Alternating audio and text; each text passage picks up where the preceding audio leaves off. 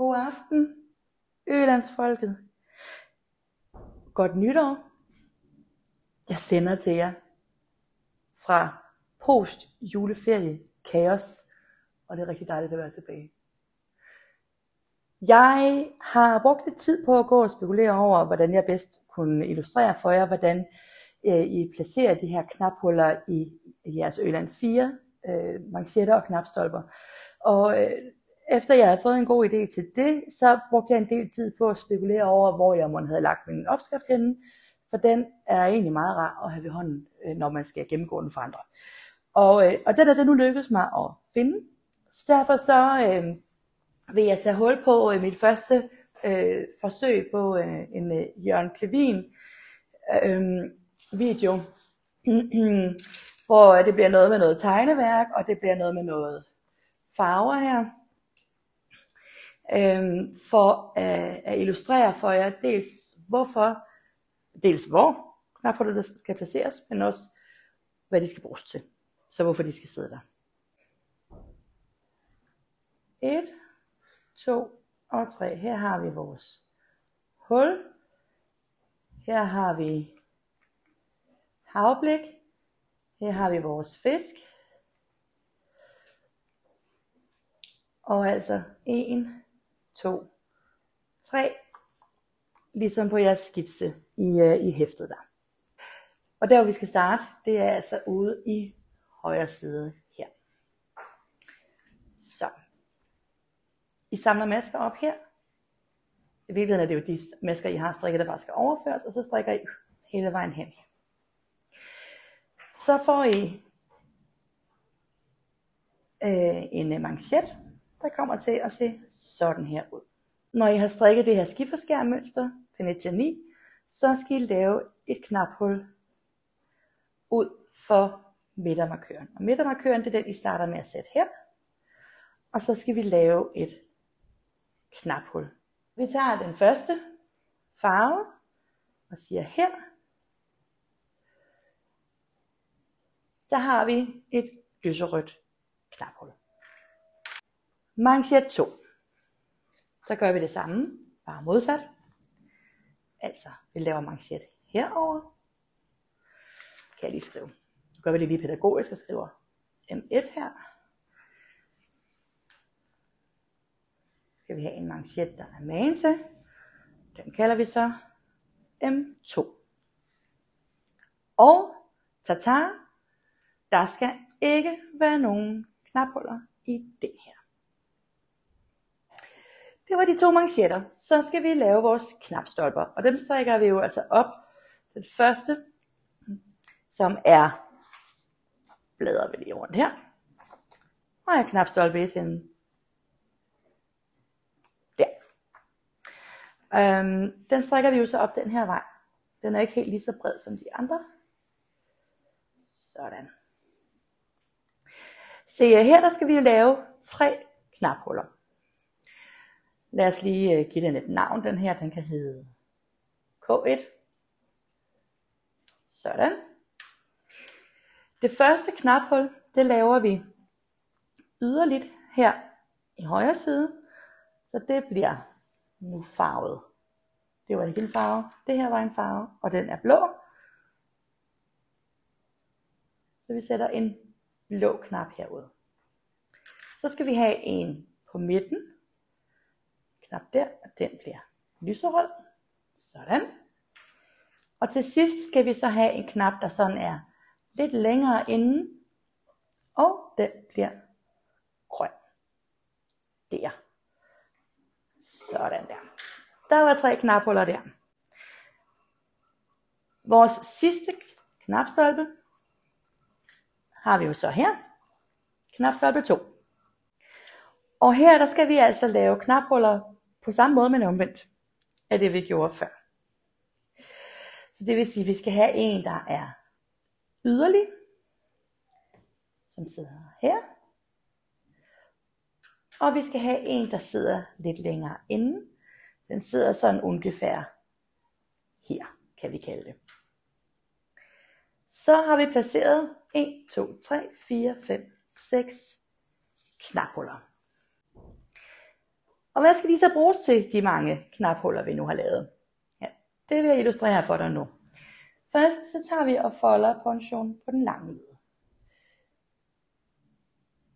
Her har vi har, Øland 2. Og vi har Øland 1. Men det kunne lige så godt være Øland 3, ikke også? Så vi skriver 1 eller 3, og det er jo bare afhængigt af, hvad for en side du vælger at bruge som forside og bagside. Så har vi manchetterne, sådan der, og vi har knapstolpen hen her, sådan der. Nu håber jeg, at du er med så langt. Når du har ponchoen på den her måde, så skal den jo knappes. Det kan du gøre på forskellige vis. Du kan knappe de yderste knapper her. Du kan også knappe de knapper, der sidder lidt længere inde, som er her. Du kan også vælge kun at knappe den ene eller knappe den anden. Eller hvis du gerne vil have, at den sidder lidt mere tæt, så kan du tage dine sikkerhedsnåle og sætte dem i her. Nu fik jeg jo lige skrevet det dårligt her, sådan så du får lidt ekstra taljering, hvis du kunne tænke dig det. Så den her version kan vi kalde A. Så kan du jo også vælge at folde ponchoen på den korte led. Og det vil jeg skitsere for dig nu. Nu tager vi så igen kraven her. Og vi har så i midten her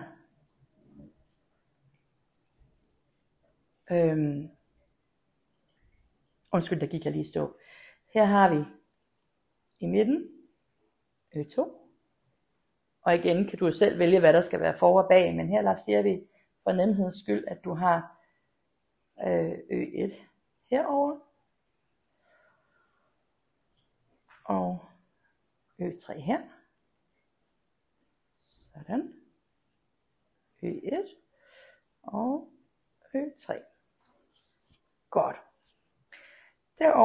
Udover har du selvfølgelig nogle du har manchetterne hernede,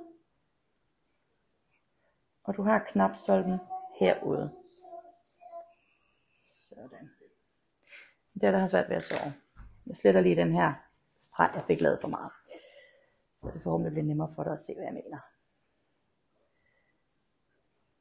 Her var det altså manchetter og manchetter. Nu sidder manchetterne så hernede, og knapstolperne ude i siden. Når du så, hvis du så vil lukke din poncho, når du vender den på denne her led,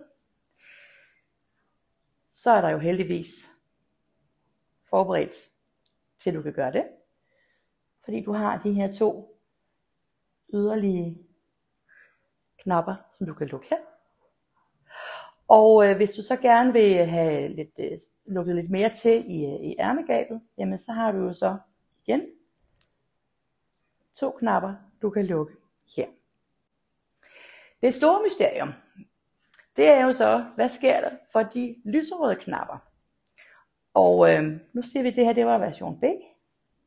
Så er version C, det er den for de eventyrlystne, for nu bliver det rigtig sjovt.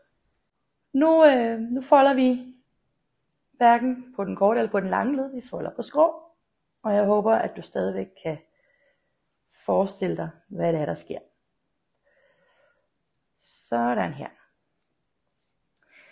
Så har vi jo først, og igen, du kan jo vente for og bag, som du har lyst, men nu gør vi det lige sådan her.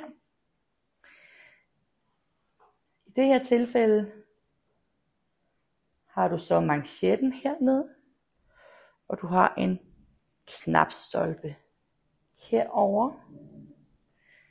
Her i midten, der har vi Øland 2. Her har vi Øland 1.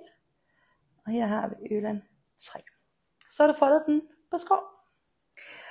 Og det vil sige, når du så skal lukke, og den sidder på skrå, så får du jo brug for en knap, der sidder her.